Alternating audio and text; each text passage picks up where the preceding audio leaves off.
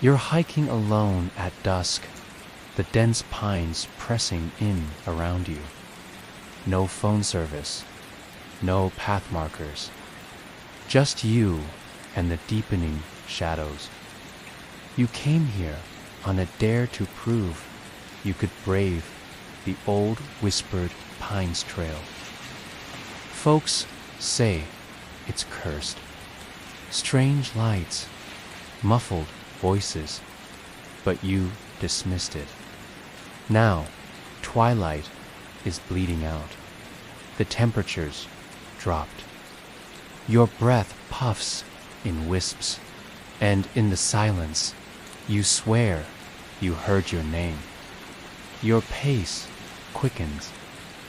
Branches scratch the sky. Above, each step breaks the brittle layer of pine needles. Stop. There, a flicker of movement between trees, half glimpse. Was that a person?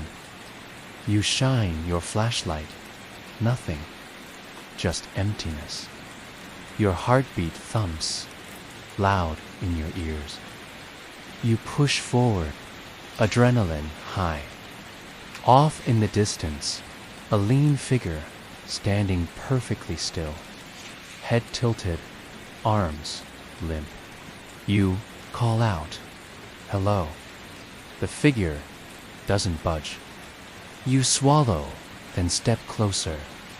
At 10 feet, they slowly turn, dot, dot, revealing featureless darkness where a face should be. And when it opens its mouth, you hear whispers, your deepest fear, spoken in the same breath. Your eyes go wide. Panic bubbles. You bolt. Branches lash at your face. Behind you, the figure glides. No crunching. Just a soft, endless glide. You dare not look back as branches whip your arms. You burst into the clearing. Okay, you made it. You press record. I'm safe now, I think. It couldn't follow me. You pause, play back. In the reflection of your phone screen behind you, in the clearing stands, the same shadowy form, still, silent, waiting. This story happened in late October of last year. I'm not the kind of person who scares easily. I've spent nights camping alone from Oregon to Maine, hiked solo across parts of the Rockies, and even slept through a storm in a collapsing tent. But none of that prepared me for what I saw in Devil's Hollow. It's an old-growth forest tucked deep into the hills of Pennsylvania. Unmarked, locals don't talk about it much. But when they do, they always lower their voices. I only went because I saw it in an old trail guide from the 80s. Great views, quiet woods. I was sold.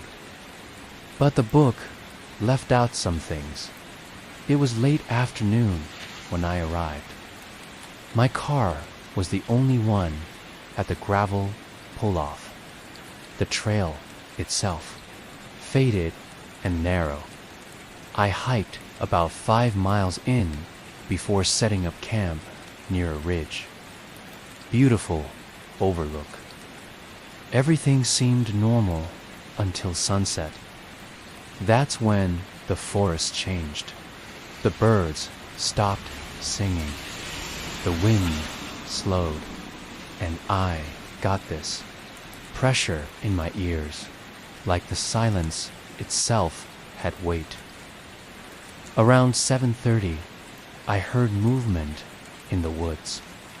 Not a squirrel or a deer. I know those sounds.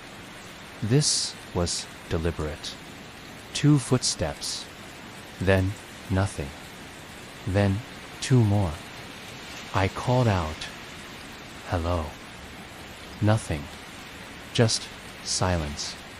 I built a fire, tried to ignore it. But around 10 p.m., I caught something in the firelight. A face, low to the ground, watching me from the tree line, pale, almost gray. No hair, eyes too wide. And when the flames crackled and lit, it moved, fast, like it ducked or crawled backward into the dark.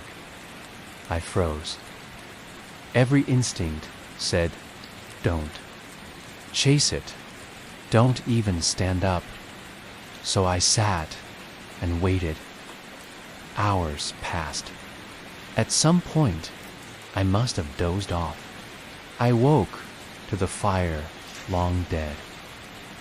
My tent zipper was halfway open, and beside it, a muddy handprint on the nylon. 3 fingers, long, too long. At first light, I packed and left.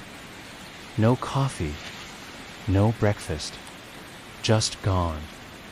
But as I started heading back down the trail, something was wrong.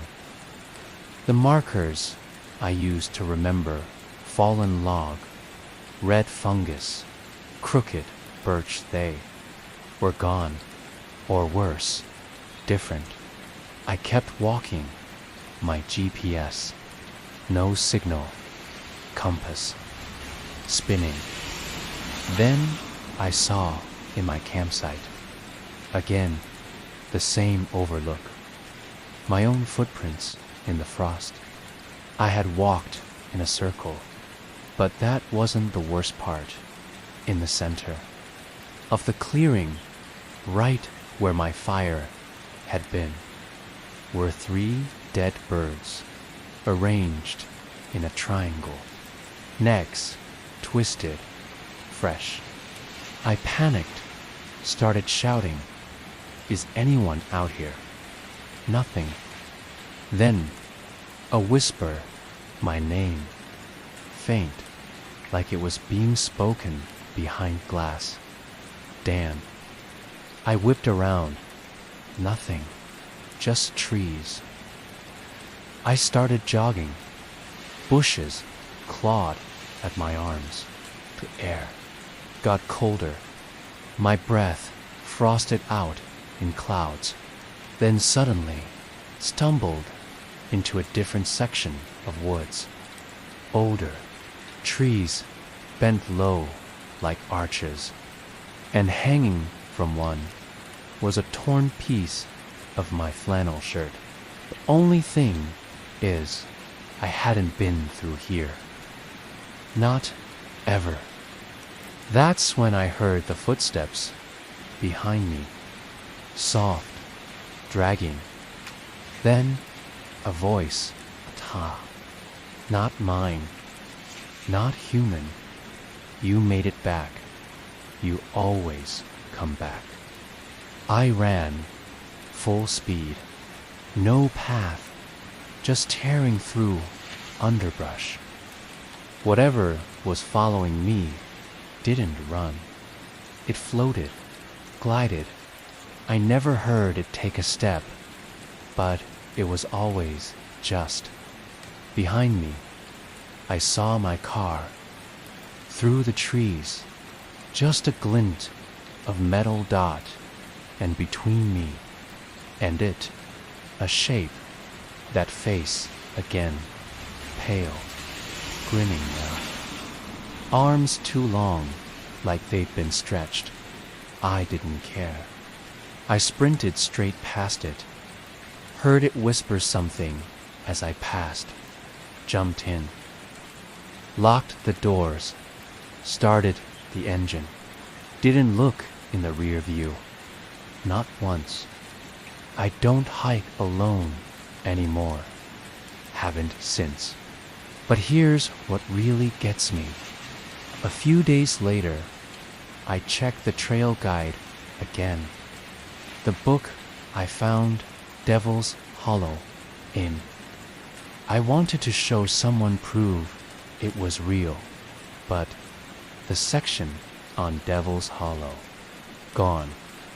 Pages 87 to 89 torn out. I swear it was there. I swear I read it, but now nothing. Just faint imprints of where the pages used to be. Sometimes at night, I wake up to silence so deep, it hurts my ears. And sometimes, just before I fall asleep, I hear it. That voice, you always come back, and I wonder, ... did I really make it out? This happened last fall in upstate New York. I'd gone out to the Catskills for a solo backpacking trip. I'd done it a dozen times before. Just me, my tent, and some peace and quiet. But this time, something was different. Something was OFF. I parked near a gravel turnout and hiked in for about 4 hours. It was peaceful, golden leaves, cool breeze. No phone service, but I expected that. I found a decent clearing off trail, pitched my tent, and settled in. Around dusk, I started hearing knocking. Not like woodpeckers, not like animals. These were deliberate. 3 knocks. From deep in the woods, then silence. Then, after a minute, 3 more knocks. Closer. I figured it was some kind of echo. Maybe a falling branch. But it kept happening. Always in 3s. Night came quick. I built a small fire, ate, tried to relax. Then came more knocking from behind me this time. Still those same 3 beats. Still too rhythmic. Too human.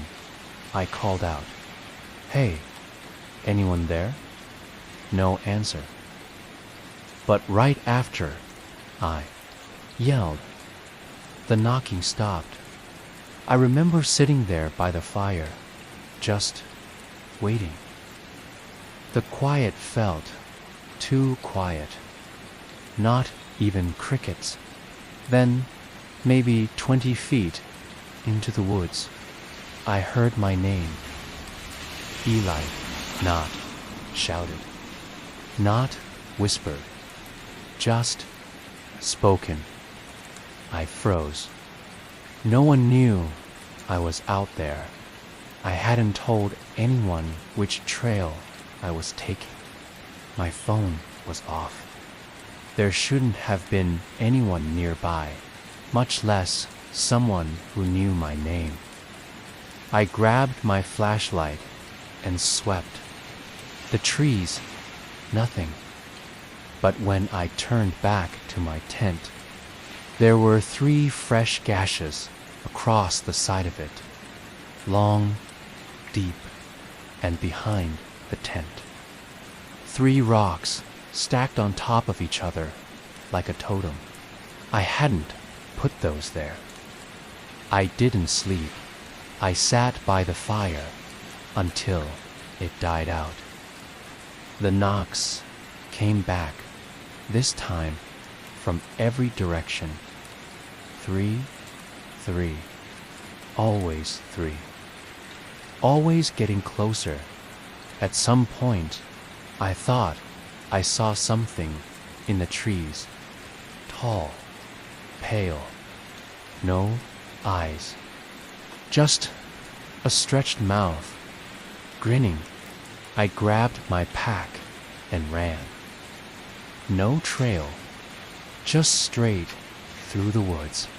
For 2 hours, I stumbled through brush until I hit the old logging road and followed it back toward where I'd parked. And just as I reached my car, knock, knock, from the tree line behind me. I didn't look back. I drove straight through the night, all the way home. Didn't even stop for gas. The weirdest part. A week later, I found something in my backpack I didn't pack. A smooth, flat stone with 3 small holes drilled through the middle and carved along the bottom edge was my name. Asterisk, I haven't been back to the Catskills since. Whatever's out there, it knew my name and it followed me.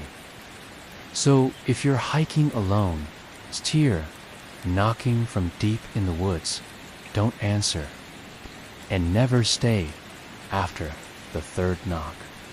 Some things you hear growing up just sound like stories, folklore, camp legends, harmless tales to scare kids. But sometimes they're warnings. There's a man where I'm from, or at least the idea of a man that people call the fire watcher. You don't see him often. You just feel him when you're deep in the woods, sitting around a campfire. This happened when I was 23. Me and my girlfriend, Katie, went on a weekend camping trip in the Jefferson National Forest. Remote, quiet. Just us. No phone signal, no nearby campers. The first night went fine. We made a fire, drank some wine, laughed under the stars. But Katie kept glancing behind her into the trees. "Do you feel like we're being watched?" she asked. I laughed it off. By what? The squirrels.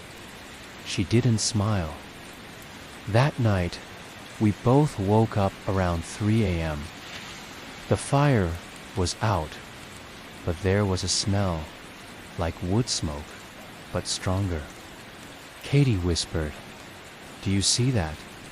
I looked out the tent flap and saw a new fire, maybe 30 feet from our campsite. It wasn't ours, and sitting in front of it was someone, a man, unmoving, facing the flames. No flashlight, no tent, no gear. Just a tall figure staring into the fire like he'd been there for hours. We whispered, panicked, tried to rationalize. Another camper, maybe someone lost.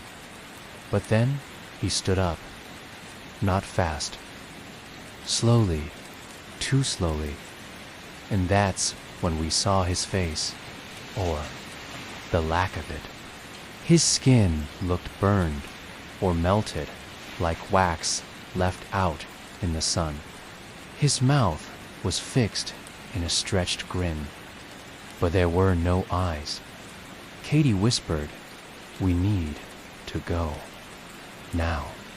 But as we zipped the tent, the fire vanished. Not burned out, gone. So was the man. We didn't sleep the rest of the night. Left before dawn, shaking and silent. No trace of the other fire. Just ashes where ours had been. Back home, I told a friend about it. He went pale. "You saw the fire watcher," he said. I thought he was joking until he told me the legend. If you see him once, it means he's noticed you. If you see him twice, it means he's interested. If you see him a third time, you don't make it out of the woods. I haven't gone camping since, but a few weeks ago, Katie called me, panicked, crying. She said she went hiking with her new boyfriend. They built a small fire at dusk. Nothing big, and just as the sun dipped, she saw him again, sitting by the flames, grinning, watching. She ran, alone, left the guy behind. They never found him, so now I keep a flashlight by my bed because every time I close my eyes, I smell smoke. I've hiked in Shenandoah for over 20 years. Know the trails by heart. I've got calluses on my feet older than some of the trail signs. But this story, this wasn't on any map. And I know for a fact that trail wasn't there yesterday. It started last summer. I went out for a quick overnight, nothing wild. Same trail I always take, little ridge loop. But about halfway in, I noticed something strange. A path to the left that I swore hadn't been there before. Narrow, overgrown, but well-worn, like it had seen a lot of traffic recently. The weird part, no blaze markers, no signage, and no GPS ping, just a trail, waiting. I'm not proud of it, but curiosity got the better of me. I turned off the main path just to see where it led. Within minutes, everything felt wrong. The forest got too quiet. Trees leaned inward. Sunlight dimmed. And the deeper I went, the more the trail narrowed, until it was barely more than a game trail. Then I found something that made my stomach flip a boot. Just one, old, muddy, with laces still tied, sitting neatly on the edge of the path.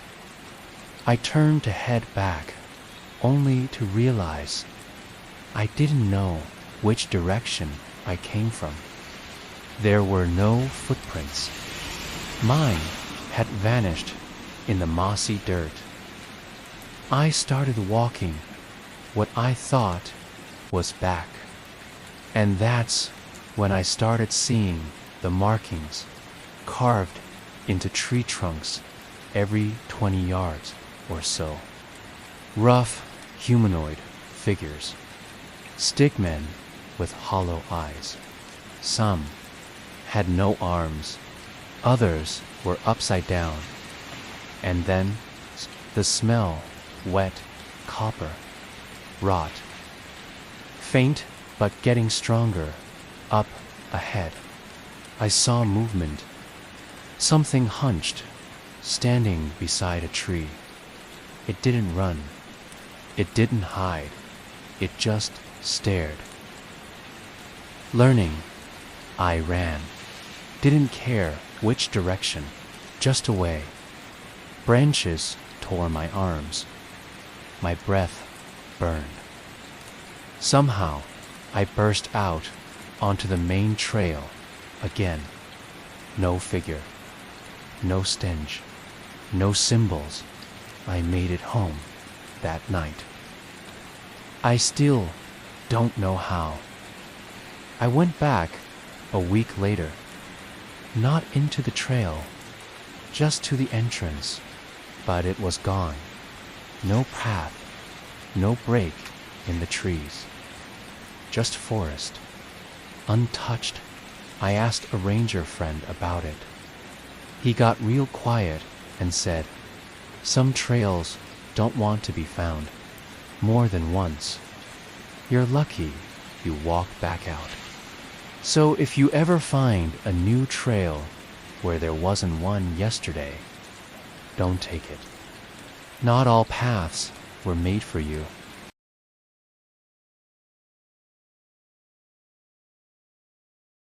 You've heard stories tonight. People who went into the woods, and came back changed. Some returned lucky. Others, not entirely. So the next time you lace your boots and step beyond the tree line, ask yourself, will the forest let you leave? Or will it whisper your name forever?